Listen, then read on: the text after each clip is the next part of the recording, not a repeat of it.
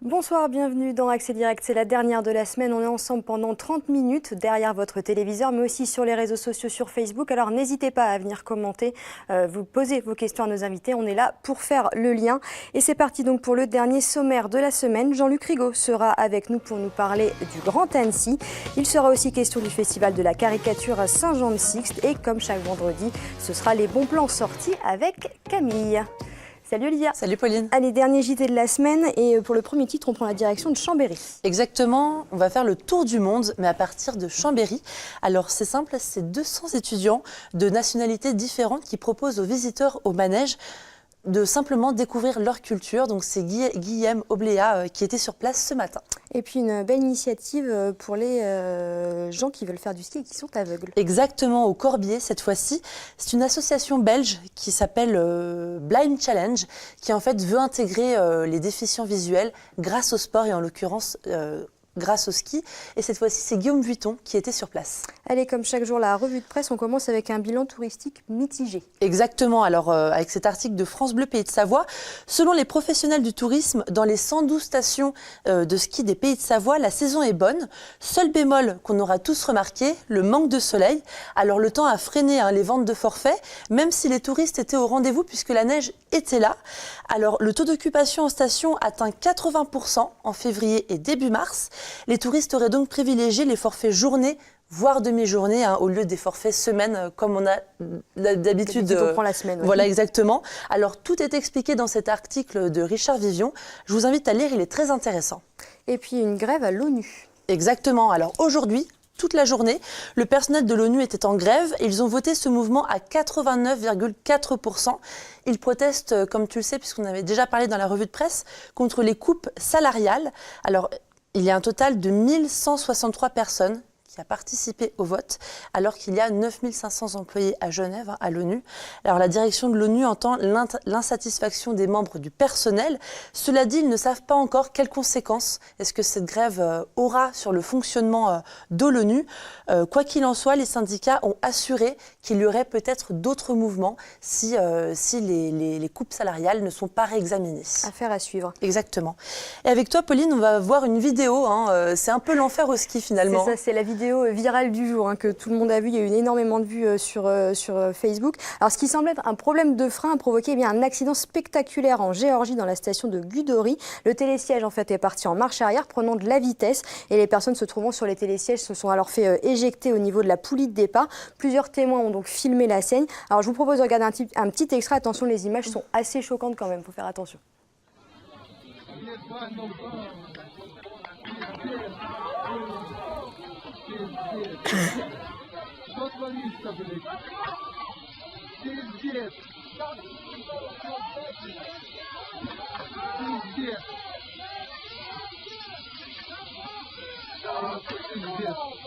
Блядь, пидорасы, блядь, что вы делаете?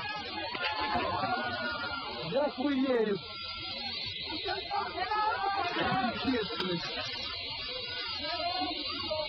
Сука! Прыгайте! Прыгайте! Donc voilà, des images assez impressionnantes. Donc dans un communiqué, les autorités disent que le bilan est d'une dizaine de blessés légers, pas de morts, heureusement. 2 d'origine étrangère, ils ont été admis dans les hôpitaux des environs. Une enquête est en cours pour déterminer les circonstances de cet accident. Normalement, on le sait, il y a un frein de secours. Visiblement, là, il n'a pas fonctionné. Donc une enquête est en cours pour connaître les circonstances de ce dramatique accident, qui aurait pu être pire. Exactement, c'est assez hallucinant.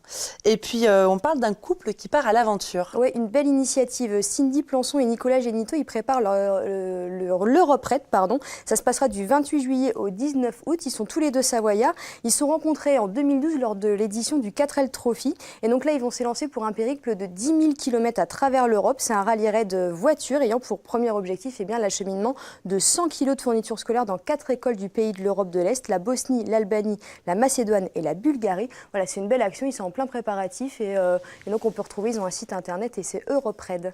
Merci Olivia. Merci Pauline. À tout à l'heure pour le rappel des titres du JT. Je vais recevoir mon premier invité, Jean-Luc Rigaud, va venir s'asseoir sur ce canapé, président du Grand Annecy. Bonsoir. Bonsoir. Merci d'être avec nous. Alors on va parler du Grand Annecy, bien évidemment. Vous avez lancé Imagine le Grand Annecy, c'est une démarche auprès des habitants. C'est quoi oui. Voilà, c'est quoi le but?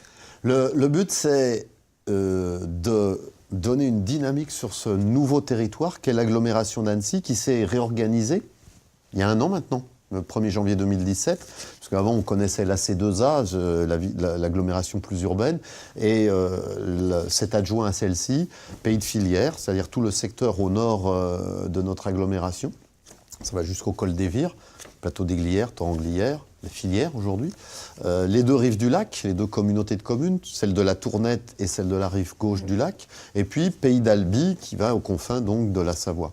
Et ce grand territoire, eh bien, il faut que chacun puisse se l'approprier, et nous avons souhaité, au niveau des élus, de donner du sens à ce rassemblement, dans la mesure où l'agglomération porte des compétences économiques, évidemment, tout ce qui est l'emploi, porte des compétences d'aménagement et de mobilité, porte des compétences d'environnement, et ensuite le reste des compétences de proximité, ce sont les communes qui l'assument.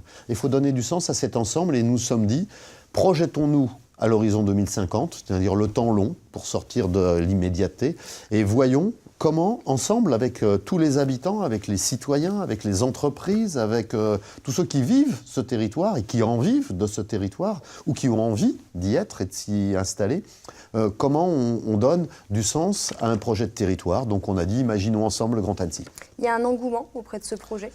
Alors il y a un engouement, pour le moment on le constate, alors c'est une démarche très participative. 6 rencontres sont prévues, nous en avons effectué 2, une à Albi-sur-Chéran et une sur Annecy, secteur Annecy-le-Vieux, avec à chaque fois 200 à 300 personnes présentes, et des personnes qui viennent parce qu'elles ont envie de raconter.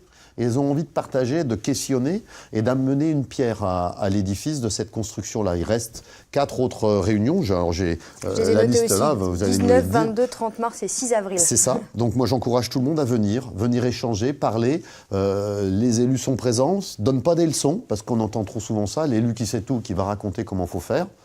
Et puis aujourd'hui, on a envie d'écouter les citoyens, d'en tenir compte dans un projet.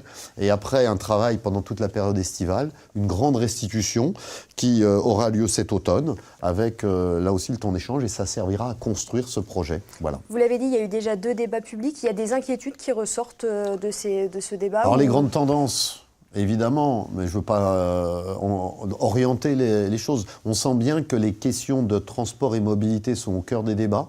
En fonction, même quand on peut être au cœur de la ville-centre d'Annecy ou dans les espaces moins urbains, plus ruraux, c'est ce sujet-là qui revient. On sent que les questions de logement sont une préoccupation avec les prix. Et on sent surtout, et aussi, notamment par la population jeune, en disant quel avenir pour la jeunesse sur notre territoire. Et puis avec, sur fond, mais de choses qu'on connaît déjà, comment on maintient la qualité de vie, comment on maintient la qualité de notre environnement, qui reste toujours attractif.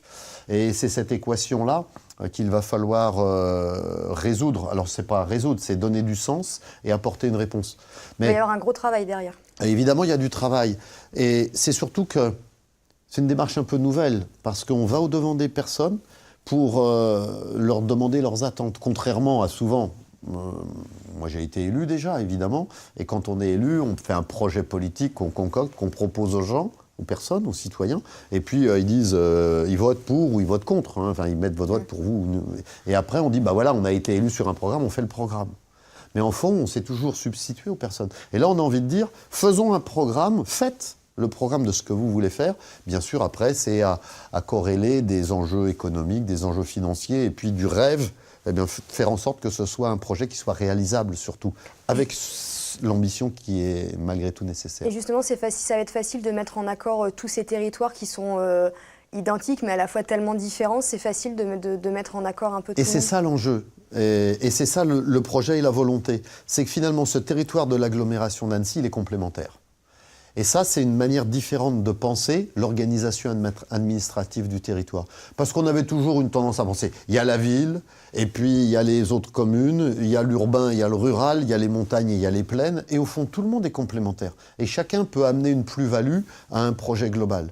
Et ça, c'est une manière nouvelle. On entend trop les élus, je l'ai encore récemment dans la presse, près des présidents de communautés, de communes autour, qui disent « Ah bah nous, jamais l'Annecy, parce que nous, on est plus autonome tout seul ».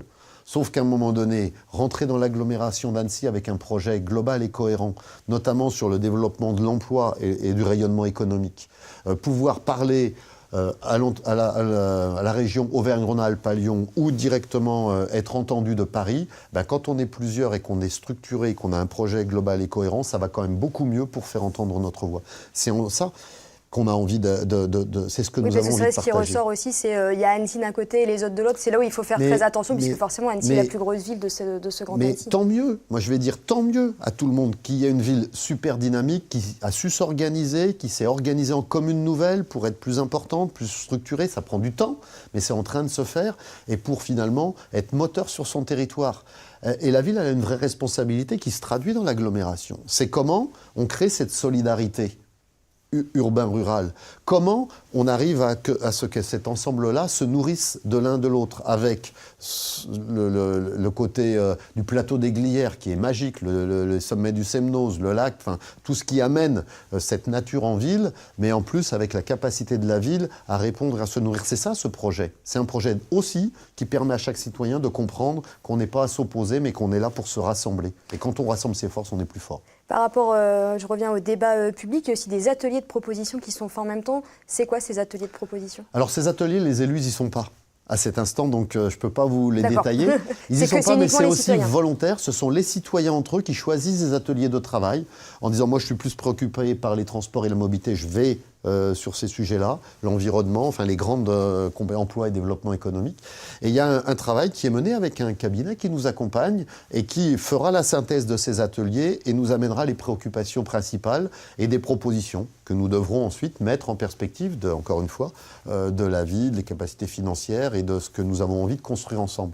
Cette démarche, vraiment, je pense qu'elle est innovante parce que construire un projet de territoire, c'est montrer que ce territoire, il peut être très différent, mais il est très complémentaire, il faut le rendre comme tel, parce qu'aujourd'hui, au fond, quand on est citoyen, on est tout autant du cœur d'Annecy, parce que parfois on habite à 15 ou 20 km pour un tas de raisons, mais on vit d'un côté, on travaille de l'autre, on va se détendre et on a des amis au quatrième endroit, et on vit tous ce territoire. On ne peut pas être classé d'un côté ou de l'autre. Il faut réussir à s'identifier à ce Grand Annecy. C'est ça la difficulté, que les habitants s'inscrivent dans ce Grand Annecy. Il faut que les habitants trouvent ce sentiment d'appartenance sur ce Grand Annecy. Et ce n'est pas l'agglomération Grand Annecy pour porter l'ensemble. Parce que l'agglomération, finalement, elle est au service des communes. Et quand il va ressortir, quand on sera à Filière, Tanglière ou aux Olières ou Col des Vires, qu'il y a telle ou telle préoccupation, eh bien ça va aussi permettre aux maires de ce secteur-là de se saisir de ce sujet et d'apporter des réponses, mais de les apporter dans un cadre plus global de cette cohérence de solidarité ville-campagne, lac et montagne, parce qu'on est aussi comme ça. Oui, parce qu'il y a d'autres marques en même temps. Il y a le Annecy Mountains, il y a la commune nouvelle d'Annecy maintenant qui grandit. C'est important de grandir pour se faire écouter aussi au niveau, vous le disiez très rapidement, parce qu'on est à la fin de l'interview, au niveau régional et au niveau national, c'est important d'avoir une entité forte comme ça aussi. Alors c'est important là aussi pour reclarifier, il y a la commune nouvelle d'Annecy qui est la ville d'Annecy, chef-lieu de notre département, environ 130 000 habitants, l'agglomération, qui s'occupe de ces quelques compétences dont on a parlé, qui s'appelle Grand Annecy Agglomération, 34 communes aujourd'hui. Le but, c'est que l'agglomération corresponde au bassin de vie, on le sait, ça viendra en fonction de la maturité des uns ou des autres, avec les vallées de Thône, avec le pays de Faverges, avec le secteur de Rumilly ou Fierus, les communautés de communes autour. Et d'ores et déjà, nous travaillons avec elles. Elles sont associées, pas administrativement, mais dans les faits, moi je travaille avec les présidents de ces communautés et on avance bien ensemble. C'est ça l'essentiel, c'est que finalement on fasse communauté de destin, parce que ça correspond à notre superbe bassin de vie du sud du département de la Haute-Savoie. Merci beaucoup Jean-Luc Rigaud d'avoir été sur ce plateau. Je rappelle les prochaines dates pour les débats publics, 19, 22, 30 mars et 6 avril. Et puis il y a un site internet, Imagine le Grand Annecy, si on veut se renseigner. Merci beaucoup d'avoir été avec nous. Merci à vous. On va parler à présent du Festival de la caricature avec notre rubrique On en parle.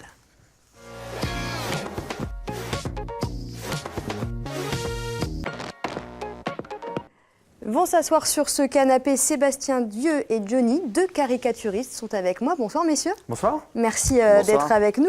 On va donc parler du festival. Vous rapportez l'affiche Osmose de la caricature qui se passe à Saint-Jean-de-Sixte ce week-end. Alors, tout d'abord, il y en a un qui est un habitué, Sébastien. Oui.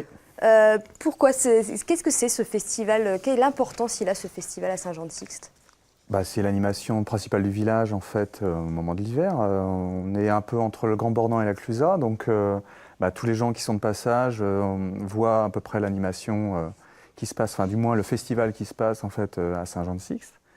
Et voilà, d'année en année, on a de plus en plus de monde. Et puis on s'amuse bien surtout. Surtout, c'est ça. Ouais. Johnny, vous êtes un petit nouveau. C'est ça. Qu'est-ce qui vous a fait venir sur ce festival? C'est lui. C'est C'est moi. ça le problème. C'est C'est vous avez réussi à le convaincre. Le coupable, c'est lui finalement de ce festival. C'est une gigantesque arnaque tout ça. Non, mais je suis arrivé l'année dernière. Donc je suis pas tout à fait nouveau parce que c'est la Presque. deuxième année que je viens, voilà. Et donc c'est en effet Sébastien qui m'a fortement conseillé de venir faire un petit tour en montagne. Puisque les gens bien, sont la très montagne. agréables. La montagne, voilà, ça, moi je respire mieux parce que j'habite à Rouen. Ah, c'est pas À pareil. Rouen, on respire moins bien quand même que chez vous. Ça manque de volume, quoi. C'est un petit peu plus plat, ouais, je confirme. Et donc voilà, c'est souvent un collègue qui va conseiller un endroit à un autre collègue en disant tiens, ici les gens sont très sympas et puis il y a du bonheur à donner, quoi. Disons que moi je viens depuis 2010. Après maintenant les organisateurs, Fred d'Expert, c'est des amis maintenant en fait. Voilà, on vient dans certains festivals, on est des habitués, ça nous arrive à d'autres endroits. Et puis il y a des endroits privilégiés comme ici où effectivement à chaque fois on refuse jamais quoi. Les C'est une endroits où on grande. va plus aussi. C'est une grande. Ils ont Il y en a qui ont- il y en on a dira qui ont- pas lesquels. Hein. Ouais, c'est parce que vous les avez mis sous la neige. C'est une vraie famille en fait, c'est ça, la famille, une famille de la caricature. Il y a une vraie belle ambiance entre La vous. grande famille des Voilà. dessinateurs. Ah oui. Oui, c'est non, formidable. faut pas dire ça. Non, ça c'est pas vrai. Non, il y a des affinités forcément. Il y a des caractères qui sont compatibles. Voilà, on s'amuse, on rigole des mêmes choses. On s'amuse aussi de la même façon. On boit les mêmes choses aussi. Peu, pas Non, beaucoup. non, Hein, Ah, et avec avec modération, modération, forcément. toujours. Voilà, Ouais, surtout, non. ouais. Non, mais voilà, il y a des affinités forcément. Et puis après, il y a c'est une société. Hein, c'est pas une famille. Moi, j'aime pas le mot famille. C'est un métier. On c'est un choisit ses métier. amis. C'est ça. On choisit pas sa famille. C'est un métier commun, mais après, voilà, au sein de ce métier-là, tous les plombiers s'entendent pas. Hein. C'est vrai. Comme tous les journalistes ne s'entendent pas. Sinon, vous faites quoi C'est ça. comme métier C'est dans la pareil. vie à part Sinon, par ça, vous en vivez? C'est une de mes questions. Après, Ah, je bah pourrais voilà. vous la poser. Ah, Bah ouais, bon, c'est- bah ah, ouais. zut, vas-y, attends, Mais je vais d'abord excuse-moi. parler du programme. Qu'est-ce qui va se passer pendant 2 jours là pour vous? Alors, plein de choses. samedi 17, Saturday 17 TH. Non, 10h, 12h30, Alors, 10h, ça ouvre à 10h samedi matin. Déjà, on fait voir l'affiche, déjà officielle, Voilà. dessinée par Patrick Griot cette année. Voilà, avec brio. Vas-y, donc Ah, vas-y. Griot, il s'appelle. Griot, brio. Ouais. avec Et des- donc 10h ouverture des portes. Jusqu'à 12h30, voilà. Après 14h30, 18h30 le samedi et 17h30 la fermeture le dimanche. Alors donc, on dit ce qu'on fait quand même. Oui, parce que Sur vous, place. Parce que quand les portes sont ouvertes, il se passe des choses après. à part boire Ouais. des coups, est-ce que vous dessinez un petit peu Oui, sur voilà, ce donc, week-end? les gens viennent se faire caricaturer, Voilà, il y a une exposition de dessins, il y a des bandes dessinées ou des albums qu'on dédicace aussi. Donc ça, c'est en fait l'animation principale. Il y Voilà. a des expositions de nos dessins, donc Voilà. chaque dessinateur a une petite grille sur laquelle il y a ses dessins d'exposés. Et puis c'est surtout venir à la rencontre du dessinateur, qu'on peut connaître ou pas, pour se repartir avec un dessin de lui, un ouvrage. Voilà, c'est une session de rencontre, de dédicace. Ça plaît toujours autant aux gens de se faire Et caricaturer? il y a de plus en plus de monde. C'est vrai que ça, par contre, c'est pas un truc que je dis comme ça pour. Mais c'est vrai que depuis le nombre d'années où on vient, effectivement, le rendez-vous est de plus en plus attendu. Ouais. Qu'est-ce qui plaît? Je pense, nous pensons, je pense que je ne suis pas tout seul à le penser, qu'en fait les gens sont de plus en plus à la recherche d'impertinence, de provocation aussi, parce que maintenant on est dans le politiquement correct, presque, enfin, ça devient un peu, ça devient étouffant, quoi, voilà, ça devient un peu étouffant, les gens ont besoin de venir pour se faire un petit peu moquer, Bousculer. l'autodérision. Ils aiment bien être bousculer, Ouais, les gens. ouais. On parle parfois à des gens comme ça, on se dit si on rencontrait la personne dans la rue et qu'on lui parlait de cette manière-là, on s'en prendrait une. Mais vu là qu'on est dessinateur et que les gens savent qu'on est Ça là pour passe la mieux. déconne, voilà, et Ils en demandent. ils en ont besoin, c'est ça. Ils en C'est qu'ils demandent viennent et- le chercher, ça. Et ils payent pour ça aussi. En plus, Et en plus, ils payent pour ça. En plus, ils sont cons. Hein. venez, ça va être bien. Alors là, on va passer quelques dessins que vous avez Ça, faits. c'est nul, ça. Cette année, la mise à l'honneur, c'est les sports à roulettes. Ça vous inspire, ça? C'est un thème inspirant? Lui, ça l'a inspiré visiblement. Bah ouais, j'ai trouvé ça, ça patine. Le thème, c'est de ça patine grave à Saint-Jean-de-Sixte. On m'a dit voilà, c'est ça le thème. Il y a toujours un peu de politique derrière. Moi, j'aime bien lier avec un fait un fait ou une actualité qu'on a apprécié ou pas. Donc voilà, c'est assez sympa Après, on peut comprendre ce qu'on veut. C'est ça qui est bien dans un dessin. Chacun fait son C'est interprétation ça, du dessin. voilà. Il n'y a rien de pire que d'expliquer un dessin. Et pourtant, il y a plein de gens qui nous disent qu'est-ce que tu as vu, même si c'est politique ou même social, beaucoup. Maintenant, aujourd'hui, on est toujours dans il faut pouvoir expliquer, oui, mais chacun comprend ce qu'il veut avec le matériel qu'il a. Il y en a qui en ont plus ou moins du matériel, hein, mais, mais voilà, le truc, c'est juste de dire si je fais un dessin, c'est justement parce que je ne l'écris pas et que ce n'est pas forcément une opinion, ou alors c'est l'opinion parce qu'on est beaucoup dans les préjugés maintenant aujourd'hui. Il y a énormément de gens qui disent « Oui, mais si tu dessines ça, c'est que tu penses ça. » Il faut coller des étiquettes à tout prix. C'est insupportable. Comme ça rassure. Ah, bah lui, il est de droite, lui, il est de gauche. Voilà, on est rassuré comme ça. Aujourd'hui, quelle place pour la caricature plus globalement ? Ça prend de plus en plus d'ampleur. Comment ça se passe, l'évolution du travail de caricaturiste et de la caricature globalement ? Bah, il a fallu qu'il y en ait 5 de dézingués déjà pour qu'on en parle un petit peu plus sérieusement. Donc ça, c'est une première chose. Parce que tout le monde a été Charlie le lendemain, et puis le surlendemain de la manif, plus personne ne l'était. Et nous, on a bossé avant ça, quand même, depuis longtemps. Donc ça veut dire que la caricature aujourd'hui, elle a eu son espèce de coup de projo. Elle a eu son quart d'heure de gloire hein, d'Andy Warhol, et puis voilà, ça y est, c'est retombé dans l'anonymat le plus total. Et on ne peut pas dessiner ce qu'on veut. On est tributaire d'annonceurs dans les journaux notamment. Un journal, il ne va pas vouloir publier un dessin qui allume un de ses annonceurs, parce que c'est l'annonceur qui le nourrit, donc forcément il va pas. Donc, voilà, donc aujourd'hui on est dans... on revient sur le même débat qu'avait Sébastien là, les mêmes discours qu'il tenait. On est plus ou moins pieds et poings liés par cette espèce de bien-pensance globale. Et donc, aujourd'hui, pour moi, c'est compliqué de faire les dessins que j'ai envie de faire. C'est plus l'autocensure, c'est de l'autodiscipline. C'est qu'on sait qu'il y a des sujets à ne pas aborder, parce que ça fait polémique, parce que tout fait polémique, parce qu'on est dans une société maintenant hyper communautarisée, malgré le fait que la France soit une et indivisible, et qu'elle ne reconnaisse pas les communautés.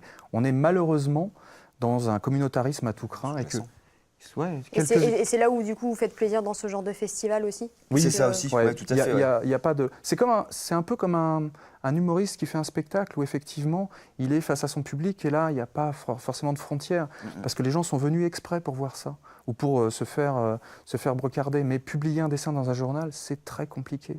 Donc ça fait du bien, ce genre de festival. Oui, voilà. Nous, c'est une petite récréation. Et puis ça nous permet de nous revoir parce que comme on est tous dispatchés un petit peu aux quatre coins de la France, voire de l'Europe, parce qu'on a aussi des collègues... à l'international qui sont très talentueux et qui viennent parfois aussi en France nous voir, et ça nous permet de nous revoir et de nous éclater un peu. Merci beaucoup d'avoir été avec nous. On rappelle, le Festival de la caricature, ça se passe ce week-end à Saint-Jean-de-Six. Ça commence demain à 10h30, très rapidement. Il y a demain soir, le concert des Chrétiens des Alpes. Alors ça, c'est à voir, ça. C'est vraiment à voir. On connaît très bien ici, effectivement, c'est à voir. Donc c'est demain soir à 20h30, c'est ça, je dis c'est ça, sur l'affiche. C'est ça. Voilà. C'est les Villars sur... Villars-sur-Saône, oui, c'est ça. De toute façon, on retrouve l'affiche sur le site internet. C'est ça. Donc voilà, donc à partir de demain, 10h30, on pourra vous retrouver tous les deux si on a envie de se faire caricaturer. On est là. Crayon affûté, crayon fait. Merci beaucoup, messieurs. Et tout de suite, c'est la rubrique Dans mon calepin.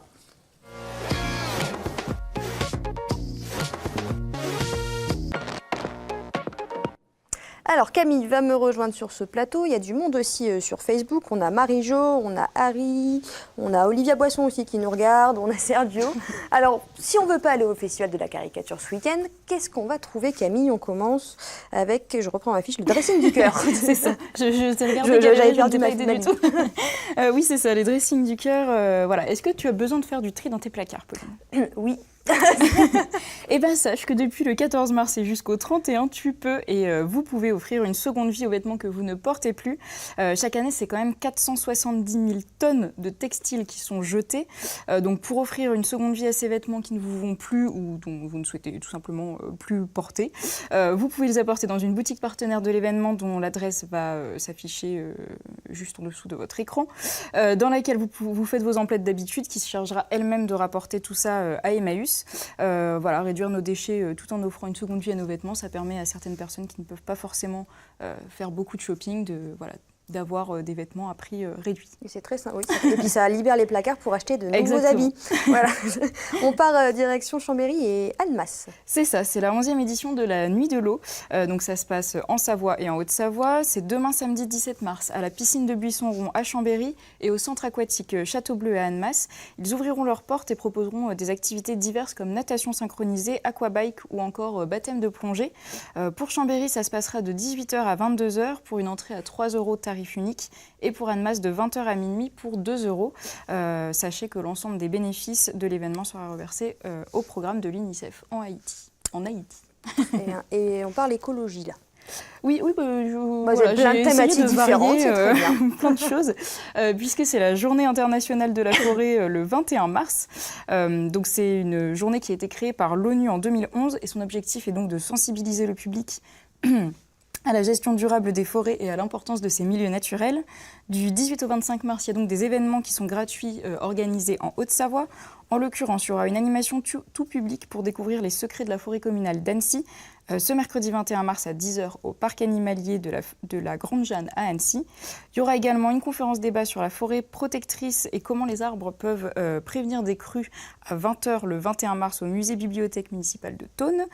Et encore une animation avec les agents forestiers de l'ONF le dimanche 25 mars à 14h30 sur la route forestière du Mont à Thônes. Il y a encore d'autres événements. On est pas mal gâtés pour le coup en Haute-Savoie. C'est pas le cas de tous les départements, donc allez-y. Il y a de quoi faire. Il y a de quoi faire. Et puis un concert.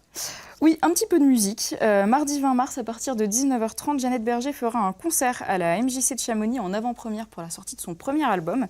Alors l'entrée est libre et à l'issue de la soirée, vous pourrez participer financièrement à hauteur de vos envies et de vos moyens. C'est une jolie opportunité, je ne la connaissais pas du tout il y a encore quelques jours. C'est quelqu'un qui m'a fait une suggestion sur Facebook. Je suis allée écouter et franchement, j'adore. C'est très... Coup de cœur. Ouais, vraiment coup de cœur. Et elle sera en direct d'ailleurs avec nous mardi, juste avant le concert, dans le cadre d'Accès Direct par Skype, hein, évidemment. Mais voilà, pour parler, elle saura sûrement vous expliquer un petit peu mieux que moi, mais à écouter. Très bien. Et puis alors pour les fondus de ski et les lève-tôt en même temps. Voilà. Du côté de Courchevel, le vendredi 23 mars, pour les amatrices de ski et les lève-tôt, c'est Fanny Caspar de Snowflake qui m'a contactée pour vous parler de cet événement. Elle vous invite à la rejoindre sur la piste de la Combe de la Solière à Courchevel à 8h, au départ de la télécabine des Verdons à la Croisette. Il y aura plusieurs skieuses, donc enthousiastes et motivées, et quelques championnes ex-membres des équipes de France de ski. Le but, c'est de skier tout ensemble avant l'ouverture des pistes au grand public, d'où le nom First Track, première trace. Voilà. Ensuite, on s'offre une petite pause croissant et boisson chaude offerte par Snowflake. On continue de profiter des pistes pour la matinée. Là, il faut quand même compter de payer son forfait, mais il y aura des réductions si vous êtes au moins 20 participantes. Il y aura 20% sur tous les forfaits. Et l'après-midi, l'Aquamotion vous invite à venir profiter gratuitement de son espace bien-être. Donc ça, pour le coup, c'est quand même une jolie journée. C'est ça, pour se décontracter après cette Exactement. levée très tôt. Et puis, on part à la Clusaz. Voilà, pour le contexte, on commence en douceur avec un cours de yoga d'1h15. Ça, ce sera le dimanche 25 mars, mais je prends un peu les devants parce qu'il y a un nombre de places limité. Donc voilà, il faut s'inscrire en avance. Donc petit cours de yoga pour commencer. Une fois qu'on est bien réveillé, on enchaîne avec un brunch. Ensuite, on est d'attaque pour descendre quelques pistes. C'est un petit peu le but quand même. Et enfin, on termine la journée au spa pendant 2 heures avec dégustation de thé et un atelier beauté avec un partenaire de l'événement. Ça fait beaucoup de choses en une journée, mais c'est sympa. Cet événement, donc, c'est donc le Roxy and Yoga Ride à La Clusaz. Il est temps de s'inscrire. Vous pouvez vous inscrire d'ailleurs sur l'adresse qui va s'afficher en bas de votre écran. 55 € par personne, tout compris, hormis le petit forfait de ski si vous skiez. Après, c'est pas obligatoire, mais c'est fortement conseillé. On a bien compris que tu étais très axé spa sur ces trois sur tes quelques... Et on termine avec un mot, bien évidemment, sur la Saint-Patrick qui aura lieu demain. Voilà, demain c'est la Saint-Patrick. Donc je le rappelle, à l'origine c'est une fête chrétienne qui célèbre le 17 mars le saint patron de l'Irlande. En revanche, c'est depuis quelques années surtout une bonne raison de faire la fête, de porter du verre et de boire de la bière. Avec modération. Avec modération, j'allais le dire après. Donc il y a énormément de bars et d'associations sportives qui font des événements ce week-end. Donc profitez-en, mais effectivement à consommer avec modération. Et si on prend le volant, on prévoit un petit SAM. Très bien, merci beaucoup Camille, tu peux rester avec nous. Olivia va nous rejoindre pour les titres du JT si elle est prête. Je vois pas de porte s'ouvrir. Je ne sais pas. Donc visiblement, elle doit pas être prête. C'est pas grave. Donc les titres du JT, on partira à Chambéry pour le tour du monde du manège. Et puis un sujet de Guillaume Vuitton sur du ski avec des gens qui sont aveugles et qui sont aidés par une association. Voilà, je crois que je me suis pas trompée. Merci beaucoup Camille De pour rien. tous ces bons plans. Et puis c'est déjà la fin de cette émission. Vous pouvez la voir et la revoir sur nos réseaux sociaux, sur notre site internet et sur Facebook. Passez un très bon week-end et puis on se retrouve dès lundi.